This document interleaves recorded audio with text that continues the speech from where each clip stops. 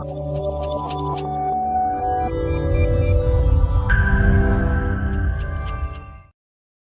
Is doctor Pooja working at cell health. ఇవాళ మనం psoriasis గురించి తెలుసుకుందాం. సోరియాసిస్ అంటే ఏంటి, అందులో ఎన్ని రకాలు ఉంటాయి, అది ఎలా వస్తుంది అండ్ దానికి ట్రీట్మెంట్ ఏముంటుంది అనేది మనం ఇవాళ డీటెయిల్గా తెలుసుకుందాం. సోరియాసిస్ అనేది దీర్ఘకాలిక చర్మ సంబంధిత వ్యాధి. ఇందులో మనకి చర్మం అనేది ఎర్రగా చేప పొలుసు పొట్టుల మాదిరిగా రాలిపోతూ చర్మం పొట్టులుగా రాలిపోతూ ఉంటుంది. దీన్ని మనం సోరియాసిస్ అంటాం. అసలు సోరియాసిస్ ఎందుకు వస్తుంది? దీనికి పలు కారణాలు ఉన్నాయి. మొదటిది ఆటో ఇమ్యూన్ అనగానే మనం ఇమ్యూనిటీ తగ్గడం వల్ల ఇమ్యూనోడెఫిషియన్సీ అని చెప్పి అనుకుంటూ ఉంటారు. బట్ ఇమ్యూనోడెఫిషియన్సీ వల్ల వచ్చే డిసీజెస్ అవి వేరున్నాయి. మనకి సోరియాసిస్ ఏదైతే ఉందో అది మనకి ఇమ్యూన్ మీడియేటెడ్ అని అంటాం. ఇమ్యూన్ మీడియేటెడ్ అంటే ఏంటి అంటే మన బాడీలో ఇమ్యూన్ సిస్టమ్ అనేది ఒక సైకిల్ లాగా అవుతున్నప్పుడు అందులో ఏదైనా డిరేంజ్మెంట్ అంటే ఆ సైకిల్లో ఏదైనా కొంచెం డిస్టర్బెన్స్ అయినప్పుడు దాన్ని మనం ఇమ్యూన్ మీడియేటెడ్ అంటాం. సో అలా జరిగినప్పుడు వచ్చేదాన్ని మనం సోరియాసిస్ అంటాం. రెండవ కారణం ఇన్ఫ్లమేషన్. బాడీలో ఎప్పుడైనా దీర్ఘకాలంగా ఇన్ఫ్లమేషన్ ఉన్నప్పుడు అప్పుడు మనకి బాడీలో సైటోకైన్స్, ఇంటర్లూకిన్స్ అనేవి రిలీజ్ అవుతూ ఉంటాయి. ఈ సైటోకైన్స్ అండ్ ఇంటర్లూకిన్స్ రిలీజ్ అవ్వడం వల్ల మనకి బాడీలో స్కిన్ ఏదైతే ఉందో జనరల్గా స్కిన్ టర్న్ ఓవర్ పీరియడ్ అంటారు. అంటే స్కిన్ ప్రతి 28 డేస్కి కొత్త స్కిన్ సెల్స్ అనేవి మనకి పుడుతూ ఉంటాయి. బట్ ఎప్పుడైతే ఈ సైటోకైన్స్, ఇంటర్లూకిన్స్ ఎక్కువ ఉంటాయో అప్పుడు మన స్కిన్ సెల్స్ అనేవి ప్రతి 4 డేస్కి కొత్తగా పుట్టడం అనేది జరుగుతూ ఉంటుంది. సో 28 డేస్లో జరగాల్సింది ప్రతి 4 డేస్కి జరగడం వల్ల దేర్ విల్ బి పైలప్ అంటే స్కిన్ సెల్స్ అనేవి ఎక్కువ అయ్యి మన చర్మం అనేది ఎత్తుగా ఎర్రగా ఫామ్ అవడం అనేది చూస్తాం. మనం దీన్ని హైపర్ కెరటోసిస్ అని అంటాము. ఇంకొక కారణం జెనెటిక్. సో జన్యుపరంగా వచ్చే సోరియాసిస్ కూడా ఉంటుంది. అండ్ ఇంకొక కారణం ఏంటంటే స్ట్రెస్. మనకి బాడీలో ఎప్పుడైతే స్ట్రెస్ అధికంగా ఉంటుందో అప్పుడు కూడా మనకి సోరియాసిస్ అనేది వచ్చే అవకాశాలు చాలా ఎక్కువగా ఉంటాయి. అండ్ ఇంకొకటి గట్ హెల్త్. మన గట్ హెల్త్ ఎప్పుడైతే సరిగా ఉండదో అది వెంటనే మన స్కిన్ మీద ఇంపాక్ట్ అనేది చూపించి మనకి స్కిన్ రిలేటెడ్ ఇష్యూస్ అనేవి ఎక్కువగా రావడం మనం గమనిస్తూ ఉంటాం. సో ఈ కారణాల వల్ల మనకి సోరియాసిస్ అనేది బాడీలో రావడం జరుగుతుంది. సోరియాసిస్ అనేది బాడీ మొత్తం వ్యాప్తి చెందగలిగిన వ్యాధి. నార్మల్గా అది తలలో మొదలవుతుంది. తలలో చిన్న పొక్కులలాగా మొదలయ్యి అది స్లోగా స్ప్రెడ్ అవుతూ బాడీ అంతా స్లోగా చేతులకి, కాళ్ళకి, వీపు వెనుక భాగంలో, ఇంకా పొట్ట భాగంలో అది స్ప్రెడ్ అవ్వడం మనం గమనిస్తూ ఉంటాం. స్టార్టింగ్లో మనకి తలలో వచ్చినప్పుడు చాలామంది అది డాండ్రఫ్ అనుకొని నెగ్లెక్ట్ చేస్తూ ఉంటారు.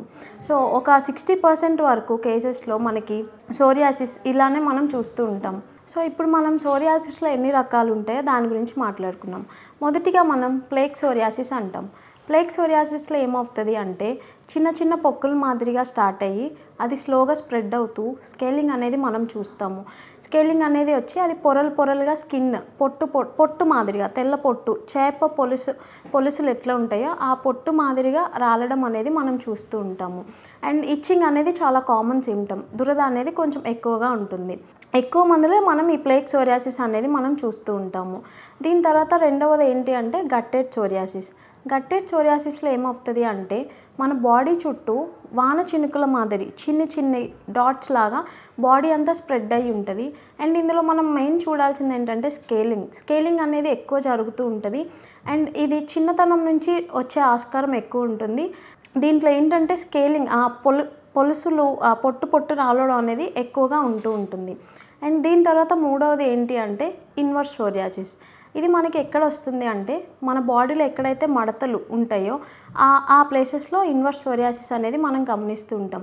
ఏ టైప్ ఆఫ్ సోరియాసిస్లో అయినా మనకి కామన్గా ఉండే సిమ్టమ్ దురద ఒకటి, ఇంకా చర్మం అంతా ఎర్రగా అవ్వడం, చేప పొలుసు మాదిరిగా పొట్టుగా చర్మం అనేది రాలడం మనం గమనిస్తూ ఉంటాము. అండ్ ఇంకొక టైప్ ఏంటి అంటే పస్టులర్ సోరియాసిస్. పస్టులర్ సోరియాసిస్లో ఏమవుతుంది అంటే మనకి సోరియాటిక్ ప్యాచ్ ఏదైతే ఉంటుందో దాని మీద పస్ అక్యుములేషన్ అనేది మనం చూస్తూ ఉంటాం. దీన్ని మనం పస్టులర్ సోరియాసిస్ అంటాం.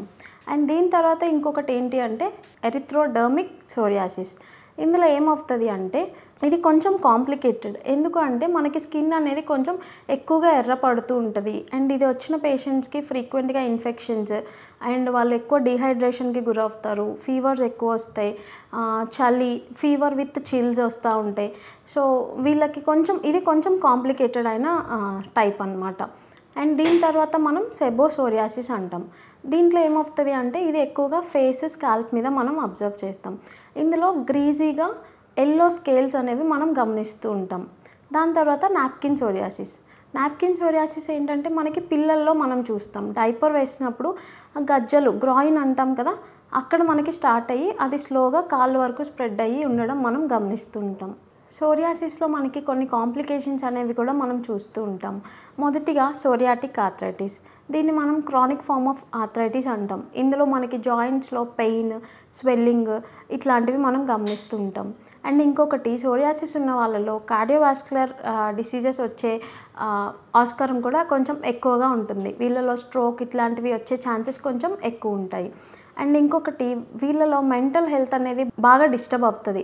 సో ఎవరికైతే సోరియాసిస్ వస్తుందో వాళ్ళు బయటకు వెళ్ళలేక, వర్క్ ప్లేస్కి, కాలేజ్కి అందరిలో కలవలేక వాళ్ళకి సెల్ఫ్ ఎస్టీమ్ కూడా బాగా లో అయిపోయి మెంటల్గా వాళ్ళు చాలా లో ఫీల్ అవుతూ ఉంటారు. అండ్ మనం నార్మల్గా ఇక్కడికి వచ్చిన పేషెంట్స్కి అసలు మేమేం చేస్తాం, మేము ఎలా ట్రీట్ చేస్తాం అంటే ఫస్ట్ మేము చేసే చేంజ్ ఏంటంటే వాళ్ళ డైట్. అప్పుడు దాకా వాళ్ళు గ్లూకోజ్ మెటబాలిజం నార్మల్ అందరు తినేలాగా అన్నం కూరలు తిని నాన్ వెజ్ అవాయిడ్ చేయడం, ఫిష్ తినకుండా, కొన్ని వెజిటేబుల్స్ పర్టికులర్ బ్రింజాల్ ఇట్లాంటివి తినకుండా, స్కిన్ ఎలర్జీస్ ఇట్లాంటి స్కిన్ ఇష్యూస్ ఉన్న వాళ్ళు జనరల్గా ఇవన్నీ చేస్తూ ఉంటారు. బట్ మా దగ్గరికి వచ్చాక మేము ఇక్కడ వాళ్ళకి సెల్యులార్ మెటబాలిక్ డైట్ అనేది మేము ఒకటి వాళ్ళకి ఇంట్రడ్యూస్ చేస్తాం. సెల్యులార్ మెటబాలిక్ డైట్లో మేము ఏం చేస్తామంటే కార్బోహైడ్రేట్ పర్సంటేజ్ని చాలా వరకు మినిమం చేసి ఫ్యాట్ అనేది కొంచెం ఎక్కువ ఇస్తాము. సో ఇందులో మనకి ఎక్కువ హెల్దీ ఫ్యాట్ ఇవ్వడం వల్ల మన బాడీ అనేది అండ్ మినిమం కార్బ్స్ ఉండడం వలన మన బాడీ అనేది గ్లూకోజ్ నుంచి ఫ్యాట్ మెటబాలిజంకి కన్వర్ట్ అవుతుంది. సో ఎప్పుడైతే ఫ్యాట్ మెటబాలిజంలో ఉంటుందో మనకి ఈ ఎక్కువ ఫ్యాట్ తీసుకోవడం వల్ల బాడీలో సోరియాసిస్కి కాజ్ చేసే ఇన్ఫ్లమేషన్ ఏదైతే ఉందో ఆ ఇన్ఫ్లమేషన్ని తగ్గించడానికి అది హెల్ప్ చేస్తుంది. అండ్ తక్కువ కార్బ్స్, ఎక్కువ ఫ్యాట్, ఎక్కువ ఫైబర్ ఉండడం వల్ల అది మన బాడీలో ఇన్సులిన్ లెవెల్స్ని తగ్గించడానికి అది చాలా హెల్ప్ చేస్తుంది. సో ఎప్పుడైతే ఇన్సులిన్ లెవెల్స్ అనేవి క్రమబద్ధీకరణ అవుతుందో అప్పుడు అది మన చర్మ ఆరోగ్యాన్ని మెరుగుపరచడానికి చాలా సహాయపడుతుంది. అలాగే మనకి ఈ డైట్లో వెయిట్ అనేది తగ్గడానికి బాగా సహాయపడుతుంది. సో వెయిట్ తగ్గడం వల్ల మనకి బాడీలో ఇన్ఫ్లమేషన్ తగ్గుతుంది అండ్ ఇలాంటి స్కిన్ ఇష్యూస్ ఇవన్నీ డీటాక్స్ అయ్యి అవన్నీ తగ్గడానికి హెల్ప్ చేస్తుంది. సో మనం ఎప్పుడైతే ఈ డైట్ చేస్తామో కొన్నిసార్లు మనకి ఆ సోరియాసిస్ అనేది ఫ్లేరప్ అవ్వడం కూడా మనం గమనిస్తాం. అంటే బాడీ సడన్గా గ్లూకోజ్ మెటబాలిజం నుంచి ఫ్యాట్ మెటబాలిజంకి స్విచ్ అయ్యే క్రమంలో మనం సోరియాసిస్ అనేది ఫ్లేరప్ అవ్వడం చూస్తాం. And as a part of detox process అంటే బాడీ డీటాక్స్ అయ్యే క్రమంలో కూడా మనం ఈ సోరియాసిస్ అనేది ఫ్లేరప్ అవ్వడం చూస్తాం. సో మనం ఈ డైట్ చేస్తున్నప్పుడు అది ఫ్లేరప్ అయినా మనం వరీ అవ్వాల్సిన అవసరం లేదు. బికాజ్ అది ఒకసారి పెరిగి ఆ తర్వాత గ్రాడ్యువల్గా తగ్గడం అనేది మనం గమనిస్తూ ఉంటాము. సో సోరియాసిస్కి బెస్ట్ ఫుడ్ ఏంటి అంటే ఫర్ ఎగ్జాంపుల్ లీఫీ వెజిటబుల్స్, అందులో పాలకూర తినొచ్చు. ఇవి ఏంటంటే రిచ్ ఇన్ యాంటీ ఆక్సిడెంట్స్. అలాగే ఎగ్స్ ఏంటంటే మనకి వైటమిన్ డి ఎక్కువగా ఉంటుంది, అలాగే బయోటిన్ అనేది కూడా ఎక్కువ ఉంటుంది. బయోటిన్ వైటమిన్ డి అనేది మన చర్మ ఆరోగ్యానికి చాలా ఉపయోగం. అలాగే మనం దీనికి magnesium and zinc rich foods తినాలి. అండ్ అలాగే ప్రోటీన్ రిచ్ ఫుడ్ అయిన చికెన్ ఇట్లాంటివి తినొచ్చు. బట్ బయట ఉన్న అపోహ ఏంటి అంటే ఎవరికైతే సోరియాసిస్ వస్తుందో నాన్ వెజ్ కంప్లీట్గా ఆపేస్తారు, ఫిష్ తినడం వల్ల దురద ఇవన్నీ పెరుగుతాయి అంటారు. బట్ ఇక్కడ మేము పేషెంట్స్కి నాన్ వెజ్ ఇస్తాం, ఫిష్ ఇస్తాం, అన్నీ ఇస్తాం. బికాజ్ మేము మెటబాలిజంని గ్లూకోజ్ నుంచి ఫ్యాట్కి కన్వర్ట్ చేస్తాం కాబట్టి అవి తిన్నప్పుడు వచ్చే కంప్లైంట్స్ ఏవైతే ఉంటాయో ఇక్కడ మా పేషెంట్స్కి మేము అలాంటి కంప్లైంట్స్ అనేవి ఏవి మేము నోటీస్ చేయలేదు. అలాగే నట్స్ అండ్ సీడ్స్ అనేవి మేము ఇస్తాము. నట్స్ అండ్ సీడ్స్ అంటే ఫర్ ఎగ్జాంపుల్ నట్స్లో వాల్నట్స్ ఉంటాయి, సీడ్స్లో ఫ్లాక్స్ సీడ్స్ ఉంటాయి. ఇవి ఏంటంటే rich in omega-3 fatty acids. అలాగే ఫిష్లో కూడా మనకి సాల్మన్ ఫిష్ అనేది ఇస్తాం, అది కూడా rich in omega-3 fatty acids. So ఇట్లాంటివి తినడం వల్ల మనకి స్కిన్ హెల్త్ అనేది బాగా ఇంప్రూవ్ అవుతుంది. అలాగే సోరియాసిస్లో ట్రిగర్ చేసే ఫుడ్స్ ఏంటి అంటే గ్లూటెన్ అండ్ గ్రెయిన్స్ అంటే వీట్, రైస్ ఇట్లాంటివి, and processed meet, sugars, refined oils ఇట్లాంటివన్నీ సోరియాసిస్ని ట్రిగర్ చేస్తూ ఉంటాయి. ఇంకా నైట్ షేడ్ వెజిటబుల్స్ అంటాం, అంటే పొటాటో, టొమాటో ఇట్లాంటి వెజిటబుల్స్ కూడా మనకి సోరియాసిస్ని ట్రిగర్ చేస్తాయి. అడిషనల్ టిప్స్ మనం సోరియాసిస్ వచ్చినప్పుడు తీసుకోవాల్సింది ఏంటి అంటే 1 అవర్ ఎక్స్పోజర్ టు సన్లైట్. సన్లైట్లో ఎక్కువ కూర్చోవడం వల్ల మనకి వైటమిన్ డి అనేది సఫిషియెంట్గా వస్తుంది. ఇంకా ఇంటర్మిటెంట్ ఫాస్టింగ్ అనేది సోరియాసిస్లో మనకి ఇన్ఫ్లమేషన్ తగ్గించడానికి, ఇమ్యూన్ సిస్టమ్ని బూస్ట్ చేయడానికి చాలా హెల్ప్ అవుతుంది. అలాగే మనం ఇందాక మాట్లాడుకున్నట్టు magnesium and zinc rich foods.